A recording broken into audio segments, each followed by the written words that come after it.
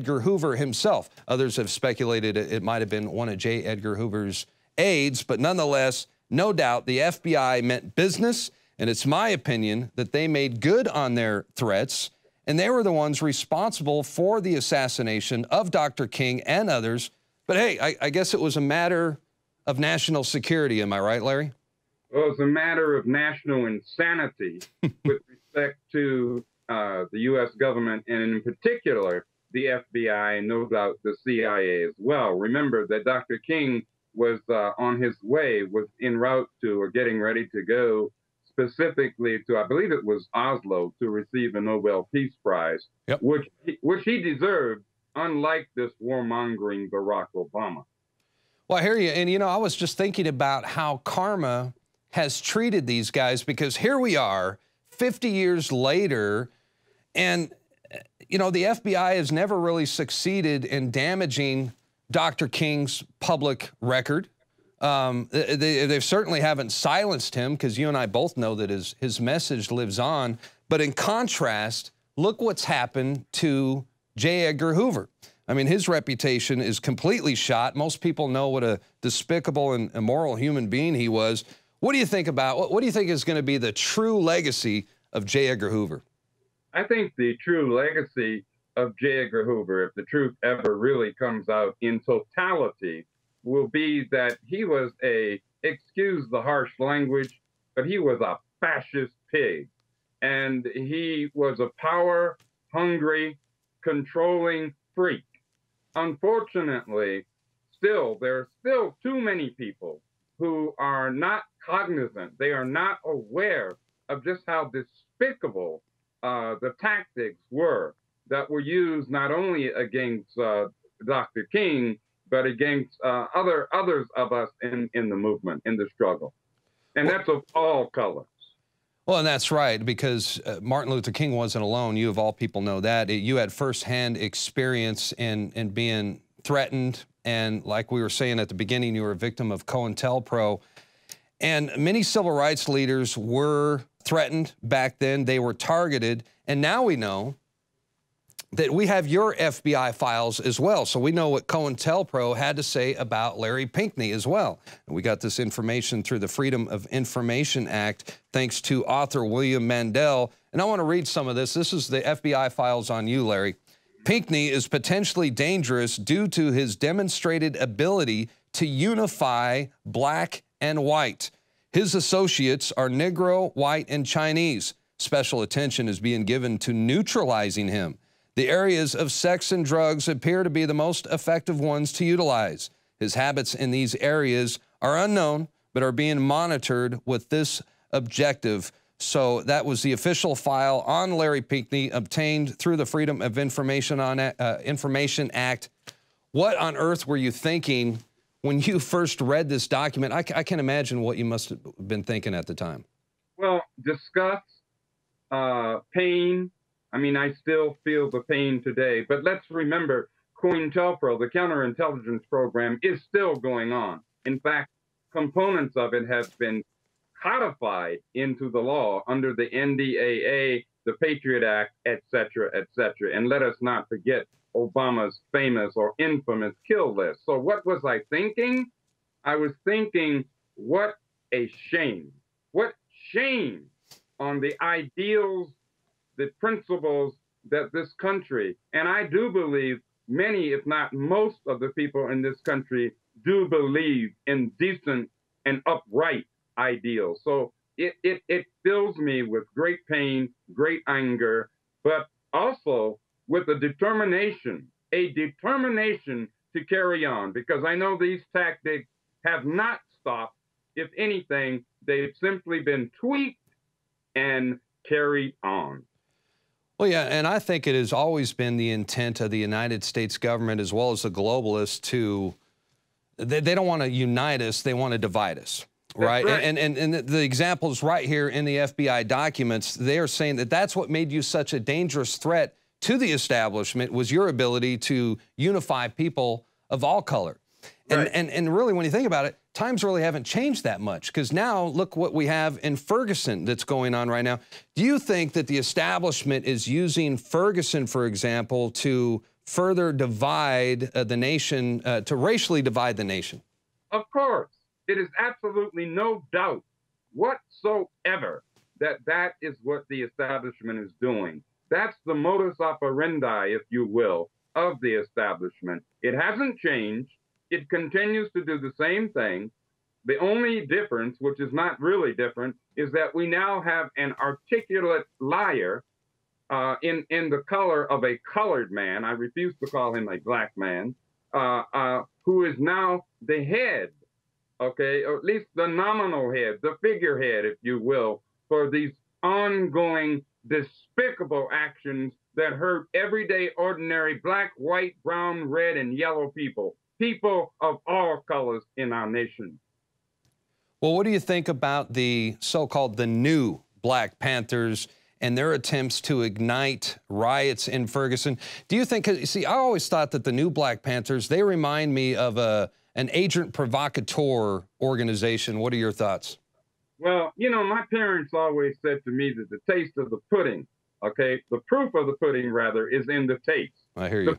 The proof of the pudding is in the taste. So all I mean is that actions, as we said in the original Black Panther Party, not to be confused with the so-called new Black Panther Party, okay, the proof of the pudding is in the taste. Where are their national programs to feed?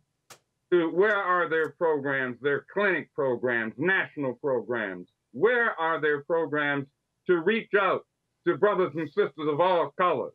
You know, so I have to let their own actions speak for them, all right? And their own actions, I believe, give a very, very dim view of what they claim to be about. And furthermore, as a veteran of the original Black Panther Party, I find it utterly disgusting that they would steal the name of the Black Panther Party and so many brothers and sisters of all colors, whether they were in the Black Panther Party or any other progressive, quote unquote, organizations who died, who gave their lives, like at Kent State in Ohio, like at Jackson State in Mississippi.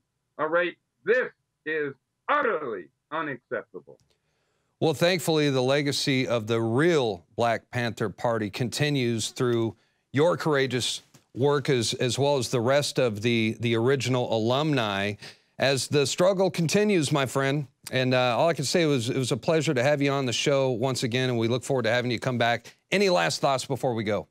I just say what we always say, and what I always say to you, my brother, is all power to the people. All power to the people.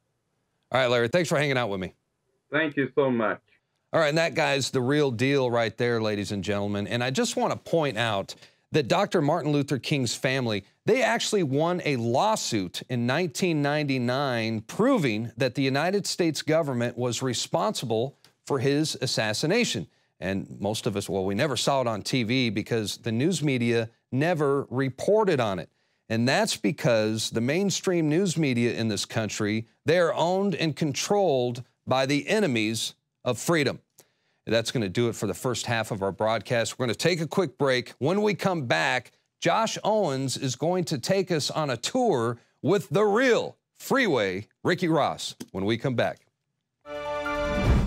For all of recorded history, civilizations around the world praised the health benefits of silver. At INFOWARS Life, our mission is to bring you the highest quality, purest, cleanest, effective colloidal silver on the market today for the lowest price available. You don't have to be a doctor to know. The fall and winter months are the most dangerous time of year in North America when it comes to you and your family's health. InfoWarsLife.com is very excited to announce our biggest run yet of Silver Bullet colloidal silver, exclusively available at InfoWarsLife.com. Now, InfoWarsLife.com has taken colloidal silver to the next level using a cutting-edge technique that is free of toxic artificial additives. Now more than ever, it's important to stock up on high-quality Silver Bullet from InfoWarsLife.com and to help others during Christmas by teaching them about the powerful benefits of silver. Secure your Silver Bullet today at InfoWarsLife.com or by calling toll-free 888-253-3139.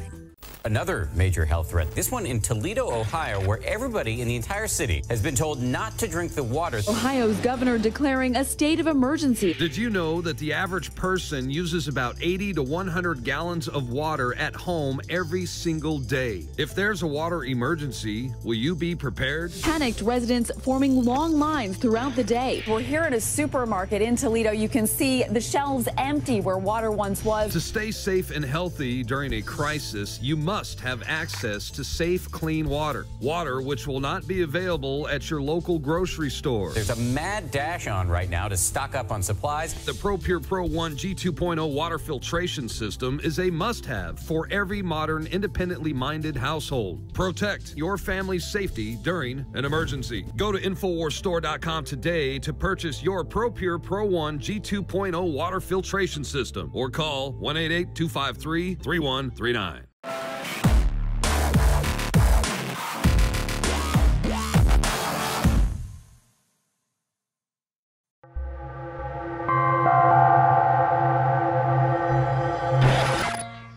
I'm the real Rick Ross.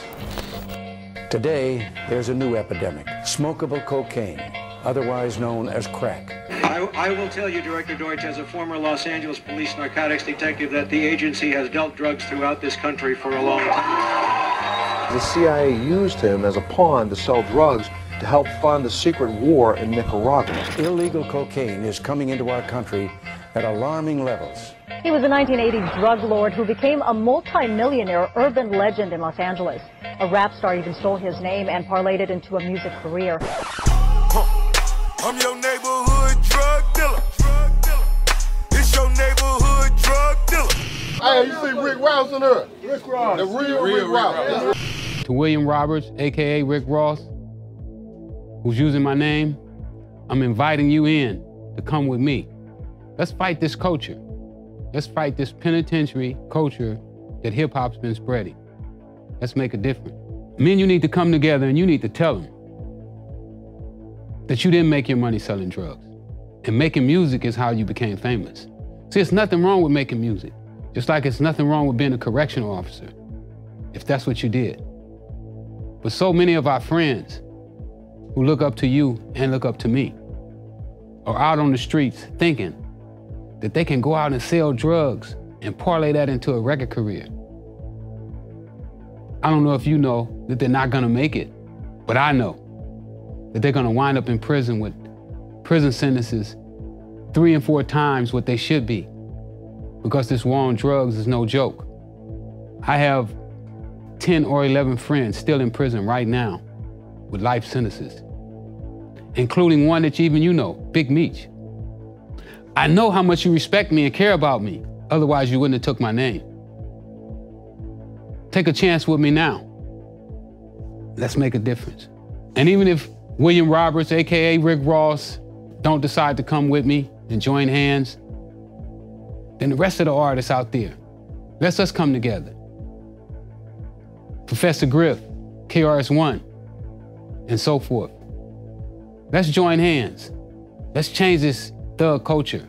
Let's change this hip-hop to prison pipeline. Let's make it happen. Right now, today. Let's do it. And not just you, the whole hip-hop community. I'm asking all of you. Let's all of us come together. Let's change these laws right now and end this senseless war on drugs. A lot of times we go through life and we start to believe that the things that we're experiencing in our life and the things that we see in our communities are the only way it is. Like, this is the way it is. This is the way it's supposed to be. And when you start to think like that, you can get trapped in a box. Hip-hop has taken over the world. If we can take hip-hop back, we can change the whole planet. We can bring real peace and no more war. Let's be pioneers. Let's be talked about forever for how we change the way society thinks about each other. It don't have to always be a war on drugs. If we can educate ourselves to where our kids and our brothers and our sisters and our mothers and our fathers look at drugs the way we look at rat poison. You know, we just don't go around using rat poison and other chemicals that's harmful to our body. If we teach our people how to not use drugs the same way, then eventually we don't have to worry about them using drugs. Now, you may never have heard of some of these stars, but your kids have. They're heroes to a whole new generation.